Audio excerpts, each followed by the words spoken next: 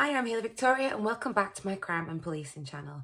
In today's session we're going to be looking at some British criminality, and that's because it's almost the Queen's Platinum Jubilee. Da, da, da. Congratulations Queen Elizabeth II for sticking it out for as long as you have and putting up with us. Yeah, sorry about all the mess. But anyway, we're going to look at some British crimes, and for some reason, like, the internet loves British criminals. I don't know if it's because I think kind of like the stereotypical British person, apart from a lager louse, is that everyone's quite well-to-do and stuff, and you wouldn't kind of imagine them to do the horrendous things, the horrific crimes that they do. Maybe it's the accents, I don't know. But what I do know is that they fascinate the global audiences when you get a big A from Britain. When people think of serial killers, they generally think of the United States, where, you know, a large percentage the serial killers are. Obviously, we've got notorious figures in the UK like Dr. Shipman, Fred and Rose West, the Moors murderers. We've got loads of bad eggs, right? And today's bad egg we're going to focus on is Donald Neilson. You might not have heard that name before. You might be thinking, oh, you're thinking about Dennis Neilson. No, not that guy, who's also British. We're looking at Donald Neilson. You might have heard of him, and I don't know why they give these people cool names, right? Because the tabloids nicknamed him the Black Panther. And like, this is long before Marvel and the black latex, thankfully. This guy would not have suited that. It might have been his thing, I don't know. Anyway, but yeah, long before the Marvel films, the Black Panther hit the headlines in the UK. Now then, who is this notorious Black Panther? Well, on my list of bad eggs, the Black Panther is. And his MO kind of hit close to home. My parents are post office workers. Well, they're both posties. And this guy targeted posties. You're not on my friends list, Donald. Let's put it that way. I do think that the media need to stop calling people cool names like Black Panther. Call them something like Brown Carrot or something. Because if your name in the media is Brown Dog Poo Bag, you're not going to carry on living up to that reputation and that fame that you get from it, especially if those people are looking for the power and control and the thrill of it. Being told that you've got this cool name, it might actually make you want to go and do more. Because like, oh, I'm the Black Panther, what am I going to do next? Well, Black Panther, you're going to go to prison for a very long time and then die. Ha. Anyway, let's talk about him. And we're going to call him Donald Neilson, because the Black Panther is too cool a name. And, you know, that belongs to one man only, and he's passed away, R.I.P. Chadwick Boseman. Donald Neilson was actually born Donald Nappy. I think that's how I pronounce it. He changed his name in like the 1960s when he had his daughter, because he didn't want her to go through the same thing he did as a youngster. So at school he got picked on because of his last name sounding very much like nappy, which in the UK is a diaper. So in the US you'll call it a diaper, in the UK we call it a nappy. He got picked on for being called Donald Nappy at school, and then he went into the services on national service. So in the UK for a long period of time, I think it was up till about 1960, after the war. So when you were 17, you get called up to do national service, and that's where you join the military and do a period of 18 months, couple of years in the national services. You pay your dues to Britain, you're in the national service. And some people stay on and get a career out of it, but he decided to leave after a few years because he met a lady, Irene. Well, before all that anyway, yeah, so he got picked on because of his name, sounding like nappy. I mean, there are worse things to be called, mate, come on. I was ginger and goofy and overweight, and I'm not a serial killer. Neilson's childhood wasn't all sunshine and roses. Apart from the unfortunate last name, he also lost his mum very young, about 10 years old. And it wasn't long after, so at just 11, he committed his first crime, which was shop breaking. Now, shop breaking is where you're trying to break into a shop. It's not hard, is it, right? But because of his circumstances and his age, let him off with a warning, which, yeah, is good. But that was the beginning of his criminal career. He then joined, like I said, the military when he was 17 years old. He met a lovely lady called Irene, who was a couple of years older. And then, I think it was about 1955, Irene had convinced him to leave the military and come back to Bradford, where he was from, and settle down with his family, or start a family and stuff. So he did, and they had a daughter together. But what he did bring back from the army with him was like a bit of a love for guns and this like kind of fascination with him. Oh dear. There's a lot to be said about reintroducing military personnel into society when they've, you know, been through all these like horrific scenes and stuff. And I'm hoping that now they get a lot more support. I've got loads of friends in the military and they're thriving afterwards. There are a lot of them going to the police and things like that, the uniform services. And I've got some of my ex-students who have just joined the military, and I'm very proud of you all, so well done. Anyway, let's move on about Donald Neilson, not Nappy. So like I said, he left the military, came home and settled down with his wife in Bradford. He then went on to be a carpenter, not very successfully. He started a taxi company, not very successfully. And a security business, like door staff, not very successfully. And because of his lack of success, he decided to go down a different career path. Burglary! Obviously, right? If you don't get on in business, get into burglary. Don't do that. That's not me advertising. I'm being sarcastic. So yeah, he decided to get into burglary. A reminder of the burglary legislation then. It's an offence if you enter as a trespasser any building or part of a building to steal something, commit GBH or criminal damage. That's in a nutshell. What Neilson was after was valuables and money. He wanted to get a bit of an income coming in. I don't know why he couldn't have just gone to the job centre or something, or, I don't know, do a bit of bar work. I loved working on the bar when I was younger. Or there's just plenty of honest careers you can do that don't involve breaking into people's houses and stealing things. Just a thought there, Donald. Because of Donald's military prowess, because, you know, he'd been highly skilled in the military, he was a lance corporal as well, so yeah, he was doing pretty well for himself. Because of his military skills, he was able to commit about 400 burglaries without being caught, which is pretty good considering. And he did occasionally get caught while he was doing it by the homeowners and stuff, but he'd like attack them. And the description of him with his black hood and his black clothes is what the tabloids used to describe him as the Black Panther. So they used the fact that he was dressed in all black and skilled at getting in and fighting.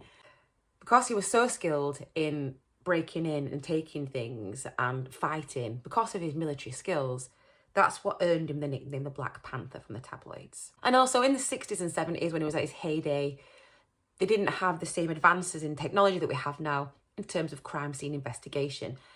Obviously, they had things like fingerprint analysis and stuff like that, but DNA didn't come in until the 80s, so they weren't as advanced as they are now. Perhaps if it was the crimes happening now, it might have caught him a bit faster. And his MO changed a lot as well, so for a period of time, he would leave stereos, places and things, and be like, oh, this is what this guy does. And then he'll change it up, then he'll change it up, like always keep them on the toes. His MO always changed in his early criminal career. So by 1967, Neilson had decided that he wasn't making enough money, it wasn't lucrative enough to be burgling people's houses. So then what he decided to do was to go and attack post offices. That's right, his new target was post offices. And as I said, my parents are posties, so this just gets right in my gears, Donald. Yeah, and that's what his new target was, local post offices. But they wouldn't be near where he lived, that'd be too easy. And for geographical profilers at the time, they were looking for somebody who was based in the areas that the crimes are happening. But obviously they couldn't find him because he was going out of his home area, which is quite interesting in terms of the usual geographical profiling. Between 1967 and 1974, he turned over 19 local post offices. And then it was at that time in 1974 that his crimes took a darker turn. What he then started to do was shooting the targets. So the postmasters, who then started shooting them to get access to the postal checks and the money. Okay, this is getting bad, isn't it, right? The first person he shot was Leslie Richardson in 1972. Thankfully, he was a postmaster, by the way. Thankfully, he survived and he gave a description to the police. But it was pretty bad. So they didn't, when they obviously caught up with Donald Neilson at the end, they were like, this looks nothing like him, Leslie. But if you think about like eyewitness testimony and things like that, he was probably so frightened and it was so traumatic for him. He might have struggled to remember, because there's a thing called weapon focus that happens with eyewitness testimony. If someone's got a weapon, you're more likely to focus on the weapon than the person who's committing the crime, because you see that, you're like, danger, danger, danger. It's like your natural animal instincts. So that could have happened here with Leslie. Thankfully, he didn't die, which is good, but his description was pretty bad. It was 2 years later, in 1974, when he claimed his first life. This was Postmaster Donald Skepper. What happened was that Donald Skepper confronted him, you know, stop stealing things from a post office. You're not going to get my stuff, etc. But he got shot and he died, which is tragic, obviously. Then within 7 months, another postmaster, Eric Astin, was killed with the same MO. So the police are now thinking, oh, crikey. Not only would they get him turned over before, now they're getting shot and killed. We need to do something about this. This is the same person. We need to, like, you know, keep our eyes on the post offices. So yeah, the alarm bells were ringing. These crimes were linked. They were like, let's put some profiling in place. But unfortunately, it didn't happen quick enough. And another postmaster, Sidney Grayland, died that same year through the acts of Donald Neilson. So that's 3 postmasters within that time who he had shot and killed to gain access to their, you know, the money and the postal orders and checks and things like that, which is obviously terrible. But it escalated. As things do with crimes, you know, you get if you're looking at the thrill seekers, the power and control and things like that. And remember, this guy's aim is money. He's greedy, right? He is after the money. So now he's escalating. He's done these bits. He did the burglaries. Boring, safe. He started robbing the local post offices. Boring, done that. Then he started killing. What's he going to do next? What could he possibly do next that could make it any worse? Well, he could kidnap a teenager. And that's exactly what he did. He saw a perfect opportunity when 17-year-old Leslie Whittle there was an article in the paper, like, really, papers? Really? Which detailed how Leslie was about to inherit so much money from her father's estate, like millions of pounds in today's money, right? He saw it, he was like, I'll have a bit of that. And he did. He tried. So he crept into the house late at night and abducted her from her bedroom, crept into the bedroom, and she, like, had nothing on. She was sleeping naked. And all he let her put on was some slippers and a dressing gown. Nice. And then he took her to his car and drove her off to this location. So she's terrified, obviously. He's got her at gunpoint and stuff. She is terrified and complying with everything he does to try and get out safe. And he abducted her to get ransom, to get some money. So he was like, right, I'm taking this heiress.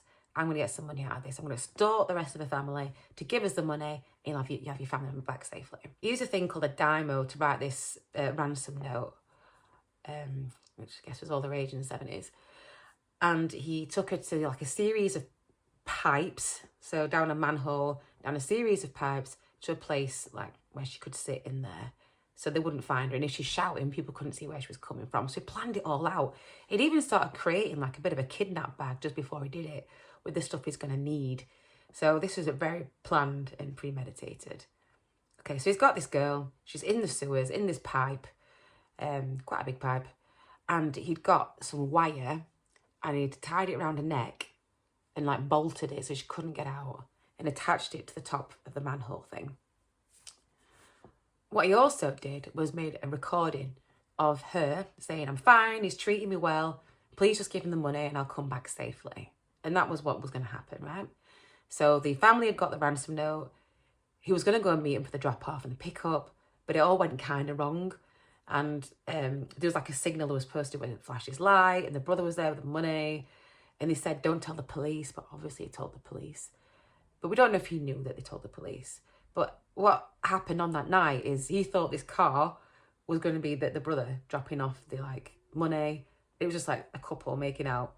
And then a police officer completely randomly pulled over for a cigarette, and he thought that the police was there to, like, intercept the thing, and it all went wrong after that. So a week later, that's when Leslie Whittle's body was found in those sewers. So it was a place called Bath Pool was where she was found. And because they traced, the police went to where the drop-off pickup site were, and they were like, right, it can't be far away from here.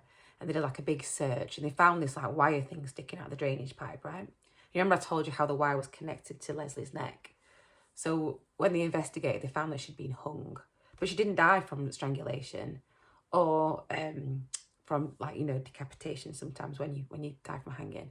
What she died from was a heart attack. So I think that the stress of what was happening when she'd been hung had actually killed her. Her neck hadn't been snapped or anything like that. But the likelihood of, he said she slipped, really. And he said he treated her well and he fed her fish and chips and stuff and that she just slipped. What the investigators believe is that he pushed her and killed her off there was like a ledge thing inside this big pipe she was sitting in. And that's where they found her and she was dead. Which is obviously horrible for her family. And the struggle and suffering she must have gone through prior to that, freezing in those sewers and things. Bless her. But it didn't stop there for Donald, because as we know, Donald's greedy. Donald likes money. And he's like, okay, I didn't get any money for the kidnap plan. Not feeling remorse, by the way, they just killed a young girl with her entire future ahead of her. He's just gutted he hasn't got the money. What?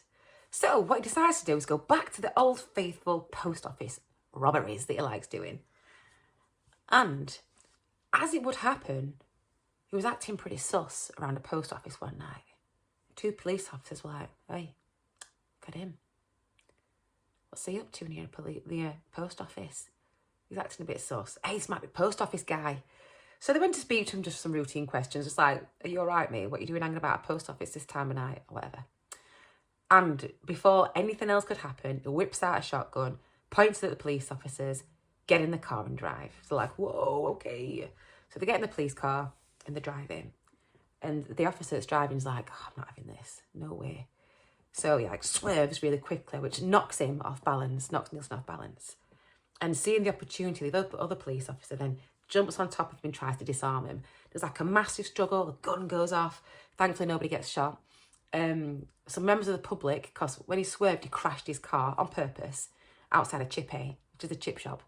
And some members of the public came and helped, you know, overpower Neilson. So they've cuffed him, tied him to this fence while they wait. And then after 5 days of him being in police custody, not being very helpful, which is why he was in there for 5 days, he admits to everything, spills their beans. But he still maintains that she slipped, didn't mean to kill her. But he tells him about everything. He coughs everything. Cough means confess. So he got a full confession. So let's have a look at the evidence that we've got that supports this, because confession evidence isn't everything. Sometimes people confess because they're being oppressed in interviews, especially back in those days. It might be like, tell us you did it. I don't know how the investigation went, I'm just guessing. So we're not saying confessions are solid by themselves. Having other evidence to back them up always helps. You get people confessing to all sorts of stuff because they're being coerced by somebody else, they've not got the mental capacity to make those decisions, or they're confused by the question, and all sorts of things can lead to a false confession. So it's important that you back it up with other evidence. So we have the confession. We have fingerprints at the scene. So on the drainage cover that they lifted up where they found her, the prints on the drainage cover matched him, matched Neilson. So we knew he was there. And the shots that were fired in the struggle matched the shots that were found in the other previous post office murders. So all linking to you, mates. We're looking at ballistic evidence, fingerprint evidence. We've got the eyewitness testimony from the police at that scene. We've got a confession. It's looking pretty tight, isn't it? When they arrested him initially, they went and did a house search. And when they did the house search, they found the black hood, the black clothing, and a Black Panther statue. This guy was so enamoured with the fame about it. It got a little Black Panther figurine. He's like, yeah, I'm the Black Panther. And got his clothes. They found him, belt and braces, got him. And he got sent to prison for life, forever. He was never going to get out of prison. So he was never released from prison. Found guilty, obviously. Showed no remorse in court, because this guy's a narcissist. Found guilty. Life in prison forever and ever and ever. And he died in 2011. Now then, what about Irene and his daughter?